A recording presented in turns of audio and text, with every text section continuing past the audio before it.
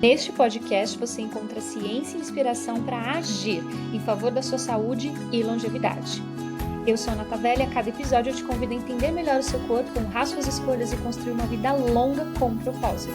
Respira fundo e vamos juntas agir para viver mais. Hoje eu quero abrir uma conversa um pouco diferente aqui no podcast para falar para vocês um pouco sobre os bastidores da Maratona de Boston, que eu vou participar, vai ser agora no dia 20 de abril, uma segunda-feira, dia 20 de abril de 2026.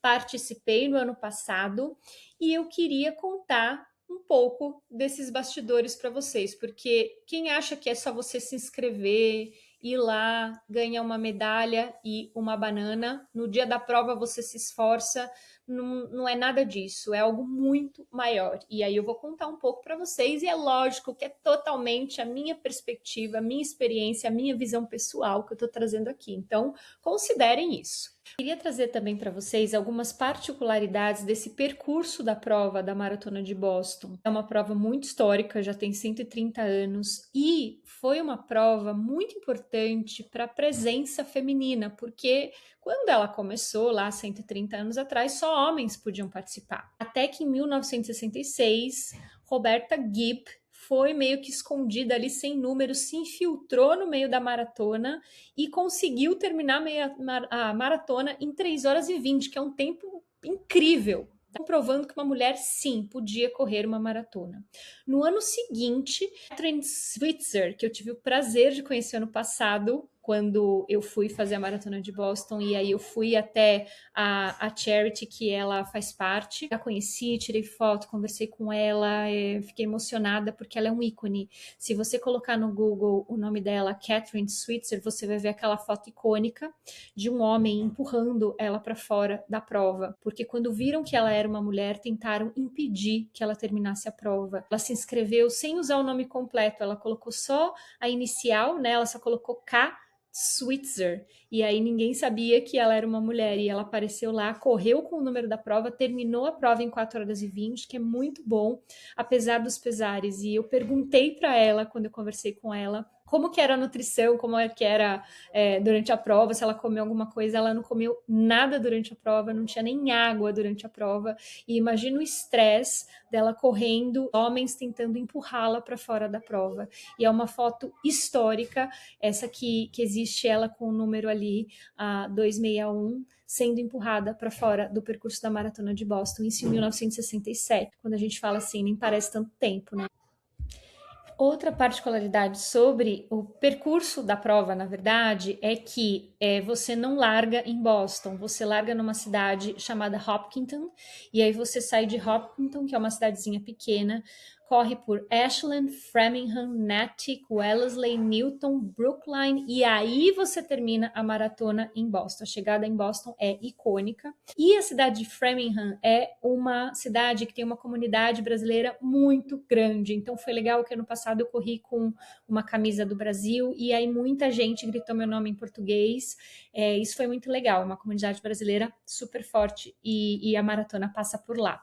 Outra coisa que deixa Boston bastante desafiadora é a altimetria. Então, tem muito sobe e desce. E logo no começo da prova, é uma descida com uma inclinação de 5%. Então, pensa só você correndo na esteira, coloca 5% de inclinação negativa para baixo. É uma baita ladeira, né? E são 30 mil pessoas largando. Claro que eles dividiram em mais ondas agora. Antes eram só 4 ondas, agora esse ano pela primeira vez serão 6 ondas, mas mesma quantidade de participantes, para tentar fazer com que flua melhor, porque logo no começo é muita gente para você conseguir correr, é muito ladeira abaixo, então todo mundo vai mais rápido automaticamente, e você ali larga com pessoas que têm mais ou menos o mesmo pace que você, porque como é por qualificação, você corre com pessoas tão rápidas quanto você. E isso faz você ir muito rápido no começo. E todo mundo fala para você não ir super rápido no começo, o que é muito difícil. Por quê? Porque é uma ladeira, é uma pirambeira. Logo na primeira milha você já se vê correndo muito rápido. E para quem sabe, para quem corre maratona, você precisa se poupar para você aguentar o percurso todo de 42 quilômetros. Você não pode dar tudo ali no primeiro quilômetro. Então muita gente se lasca nesse percurso porque o começo dele é bem descendo. Então vai parecer muito fácil, muita gente coloca um esforço muito maior do que deveria e essa conta chega depois, porque tem muita subida. E as principais subidas, elas começam a partir da milha 16, que aí tem a Heartbreak Hill, que é famosa, que é uma subida de 600 metros, e ela é na milha 20. Então, assim, você já está acabada e você vai, mais para o final da prova, encarar a subida mais difícil da prova. E tem vários sobes e desces. Assim, eu particularmente, eu estava tão cansada e preocupada ano passado que eu estava com uma dor na perna durante a prova, que eu nem percebi direito essa Heartbreak Hill, que é muito famosa por ser a que quebra os maratonistas, mas para mim ela não foi a mais difícil. O mais difícil é esse pequeno sobe e desce, essa elevação que sobe de repente, desce de repente no meio do percurso, que vai meio que te quebrando, as suas pernas começam a pesar muito, e nos últimos 10 quilômetros da prova, é muito difícil de levar, porque você tá ouvindo o barulho de Boston, você tá chegando em Boston, mas parece que não chega nunca, dá aquela sensação que não chega nunca. Por mais que todo mundo fala que depois da Heartbreak Hill, que é ali quase no final da prova, é só ladeira abaixo, não é verdade, ainda tem uma descidinha ali, um túnel que você sai para subir, para ver o trem indo para Boston, que é bem difícil, tá, gente? Prepare-se para você não correr o mesmo pace todo quilômetro, vai depender da altimetria. A altimetria varia muito. Por essa exigência técnica extra que também Boston é tão famosa e tão conhecida. Uma prova como essa de Boston, ela carrega muito mais do que somente os 42 quilômetros do trajeto, que já é um desafio por si só, mas ela carrega toda a rotina que você teve que adequar para você colocar o treinamento, o volume de quilômetros, ela carrega as escolhas que você precisa fazer, então você melhorar a alimentação, diminuir o álcool, dormir mais cedo, acordar cedo no fim de semana, muitas renúncias, muita disciplina, tem medo também, tá? Quem diz que não tem medo de encarar uma prova dessas, eu acho que tá mentindo. E carrega também identidade, muita identidade. E talvez o que mais me toca nesse momento não é só que eu vou correr Boston, né? Assim, realmente é um sonho sendo realizado.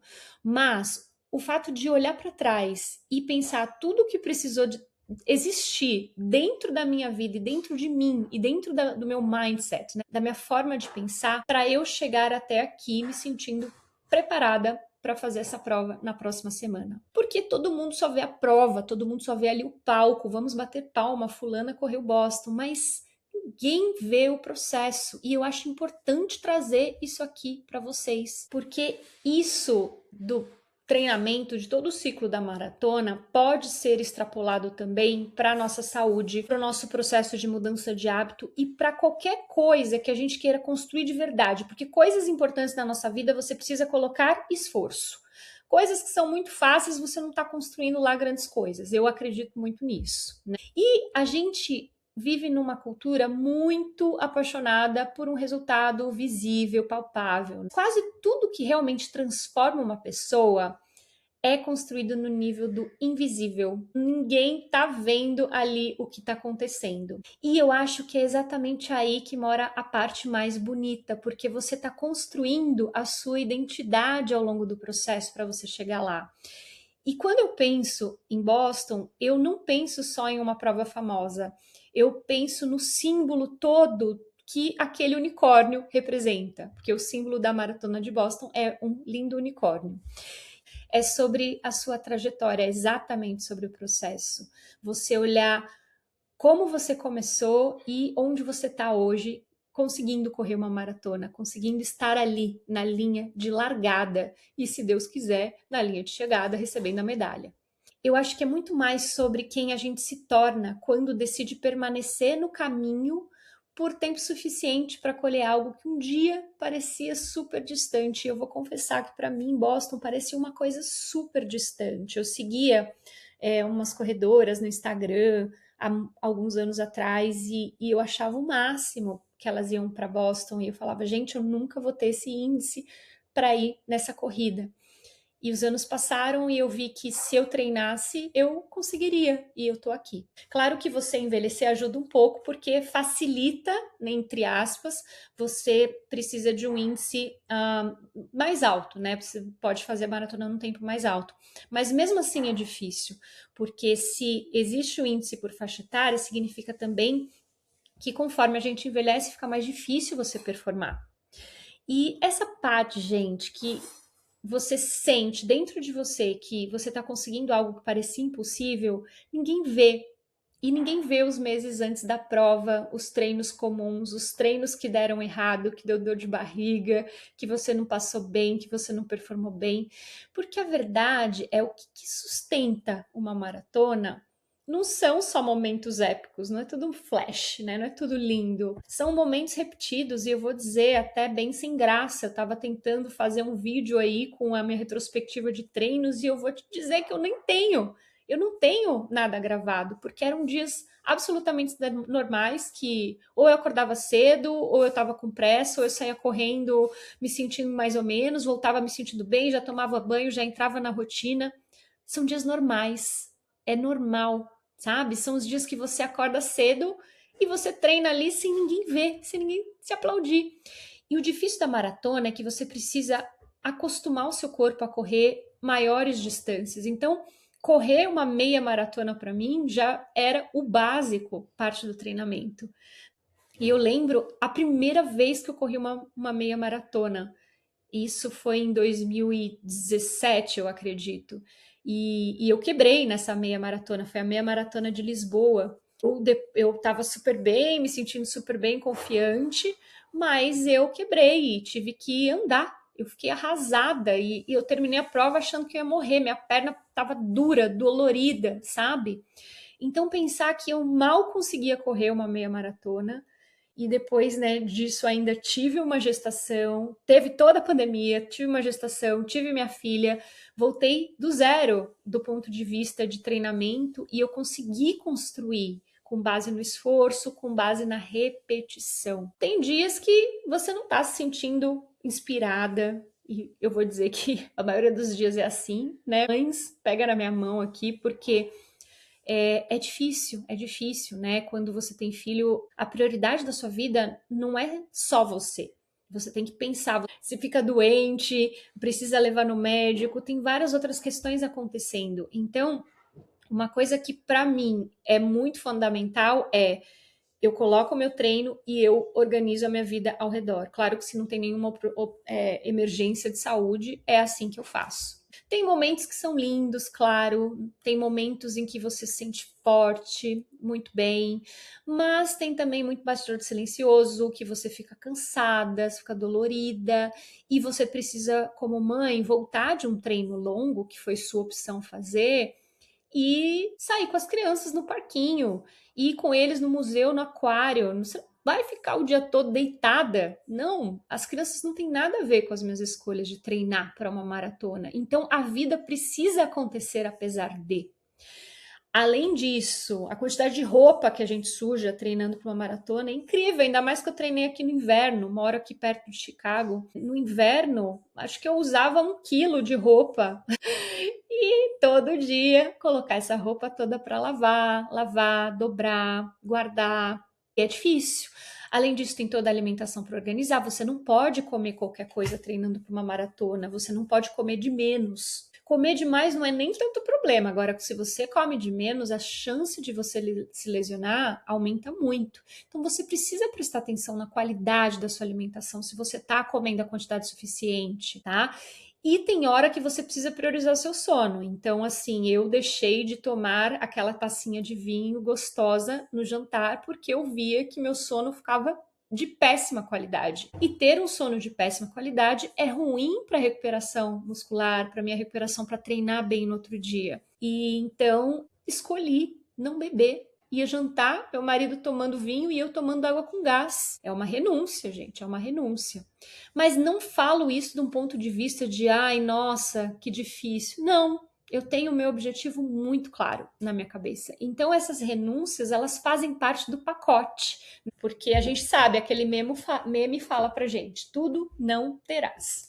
Então, assim, tem a agenda da casa, tem a agenda dos filhos, tem trabalho, tem a vida inteira acontecendo, tudo.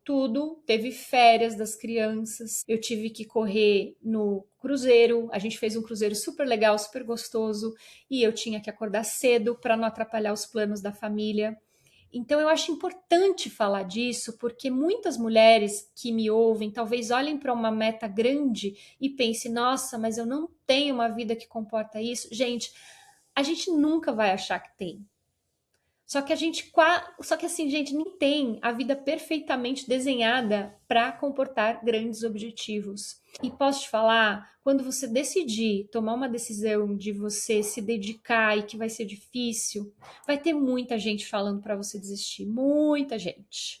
Ou tem gente que vai falar: ai, não, por que você vai fazer isso agora? Não, deixa para depois, deixa seus filhos crescerem, deixa tal coisa melhorar. E aí nisso você vai deixando para lá. Isso não é o que vai fazer você conseguir as coisas, é você decidir agir. E por isso que eu bato tanto na tecla do agir, porque ninguém muda na intenção, a gente muda na ação. Outra coisa que pesa muito, gente, é o lado mental, porque vão ter muitas forças contra. Então, se você não tiver muita clareza do seu porquê, por que que você quer aquilo? Então, Boston sempre foi meu sonho. Eu queria viver aquilo, eu queria me qualificar, eu queria estar lá naquela linha de largada, onde eu pensei que não era um lugar para mim há alguns anos atrás. Eu queria estar lá. Você pode ouvir uma crítica aqui, outra ali, as pessoas meio que questionando as suas decisões, mas quem não pode duvidar de você é você mesma, porque ao longo do caminho você vai ficar com medo, vai existir comparação. Então, se você treina com um grupo de corrida, vai ter alguém que é mais rápido, alguém que dormiu melhor, alguém que performa melhor. Vão existir momentos que você vai duvidar de você, que você vai realmente achar que aquilo ali não é para você. Mas aí o importante é você se perceber por que que isso é tão importante para mim, por que que eu realmente quero. Então, essa autoconversa é muito importante, você ter essa clareza do porquê que você quer, ok você se comparar, mas essa comparação, ela precisa ser muito mais para inspirar do que para te deixar mal, para você achar que você não tem valor. A jornada dentro de corrida é muito individual, então se você ficar se comparando, isso daí não vai te levar a absolutamente lugar nenhum. Agora eu chego a um fim de um ciclo para essa maratona. Esse ano eu pretendo fazer 4 maratonas, as 4 serão majors. Vou fazer Boston agora, Berlim em setembro, Chicago em outubro e Nova York em novembro. Claro que pensar em tempo e performance, pensarei somente nessa de Boston e em Berlim. Chicago e Nova York serão provas que eu vou fazer para estar lá, para estar celebrando ter conseguido essa inscrição para estar lá, porque está cada vez mais difícil conseguir inscrição para as maratonas majors. E esse ano eu tive a sorte de conseguir para 4 delas, 4 das 6. O que eu aprendi no final desse ciclo, gente? Eu aprendi que a corrida, ela vai muito além do que somente você pegar, botar um tênis e sair para correr e postar no Strava e postar uma foto, no final tá pago. A corrida, ela, para mim, me melhorou em todos os outros aspectos da minha vida. Como melhor, durmo melhor, diminui muito o consumo de álcool, eu tenho muito mais disciplina nas minhas coisas, porque quando você se esforça para fazer uma coisa muito, você acaba reproduzindo esse padrão de esforço-recompensa nas outras áreas da sua vida. Então você fica mais forte. E é muito importante a gente se sentir mais forte, porque 2 coisas para mim, eu preciso ter muita força, isso eu tenho muita convicção. É na maternidade, para você ser mãe, se você tem filhos, você sabe que é preciso você ser forte e não só mentalmente. Eu acredito que a força no seu corpo, ela é muito importante.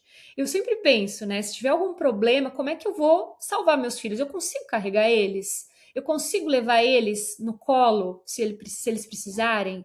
Eu consigo ser uma pessoa que vai acompanhar eles conforme eles crescerem, conforme eles envelhecerem? Quando eles tiverem filhos, será que eu vou conseguir ajudar a cuidar dos filhos deles? Então, isso para mim é uma coisa que me fortalece, querer ser forte para isso, para pensando nos meus filhos, por eles, para poder ser uma pessoa que eles podem contar. Eu não sou fraca fisicamente, sabe? Mentalmente nem se fala, você precisa ser forte para aguentar todas as fases aí da maternidade. A outra coisa é como mulher envelhecendo. Eu tenho 43 anos, já estou na perimenopausa, não sei quando terei a menopausa, mas acho que, né, em alguns anos aí. E eu sei que muitas coisas mudam porque nossos ovários param de produzir estrogênio e progesterona. E isso daí deixa o nosso corpo totalmente desregulado. Uma coisa que eu percebo é, se você é uma pessoa que não tem o seu estilo de vida minimamente saudável, quando chega a menopausa, chega a conta das suas escolhas. Então você vai ter uma menopausa muito pior se você não faz exercício, se você não come bem, se você não dorme bem, se você se estressa. E nós vivemos numa sociedade da medicamentalização. Então você vai levar esses sintomas totalmente subjetivos para um médico.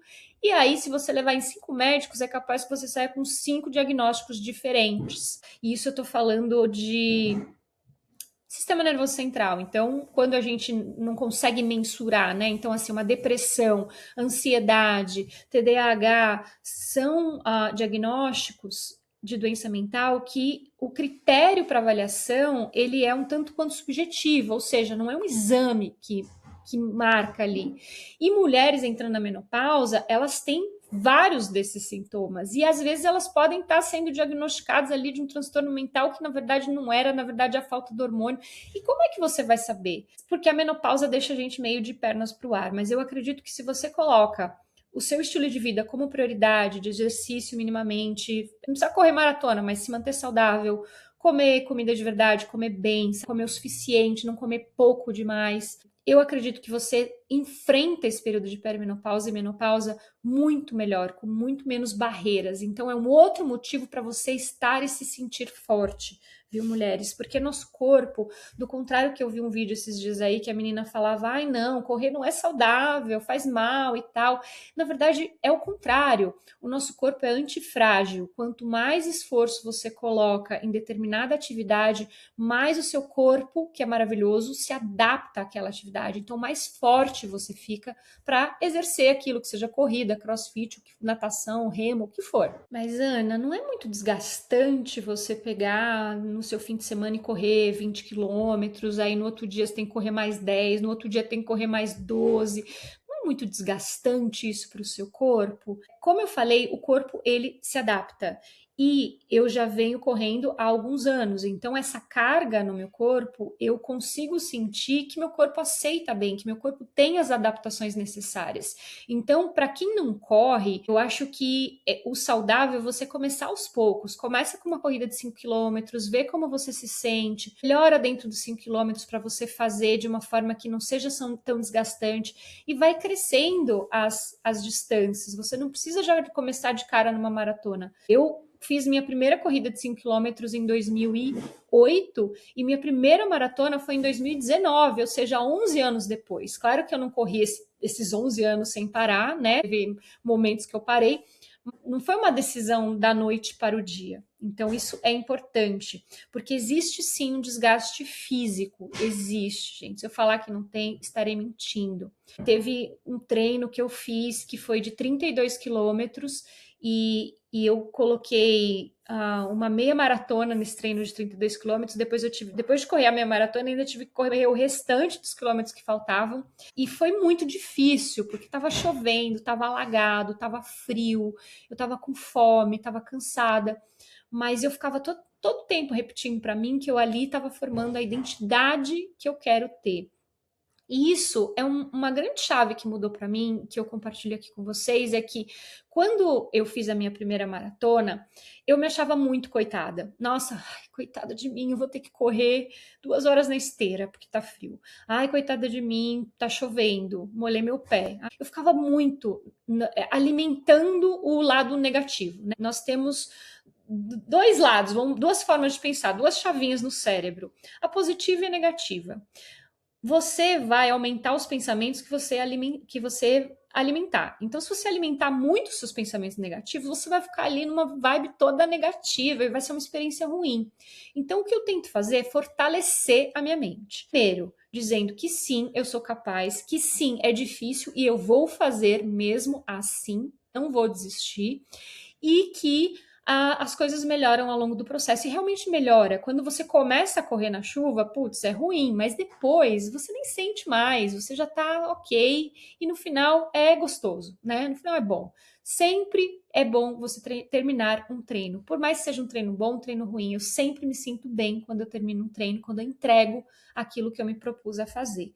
É essa força mental, não se fazer de coitadinha, de vítima das coisas, porque afinal de contas, correr uma maratona sempre foi a minha escolha, o meu sonho. Então, se essa é a escada que eu preciso construir para chegar ali até o meu sonho, que vai ser cruzar a linha de chegada e ganhar a medalha do unicórnio da Maratona de Boston, é isso que eu preciso fazer.